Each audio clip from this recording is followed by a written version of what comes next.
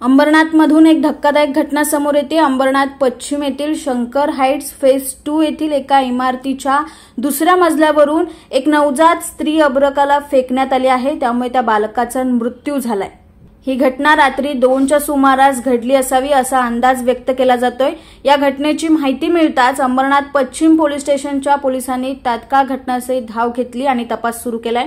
या घटनेतील आरोपी असलेल्या आई आणि तिच्या मुलीला सुद्धा यावेळी ताब्यात घेण्यात आले आहे। अधिक तपास अंबरनाथ पश्चिम पोलीस स्टेशन करत आहे। आज या शंकर हाइट परिसरामध्ये शंकर हाइट फेज 2 या परिसरामध्ये एक दुःखद घटना झालेली आहे। एक अबर्ग बाळ जो जन्मला रात्री असेल, मला नक्की ठाऊक नाही, पण ही सकाळी घटना इथं सोसायटीच्या परिसरातील लोकांना कळली, तसं त्यांनी मला सूचित केलं आणि मी तुरंत पोलिसांना इन्फॉर्म केलं।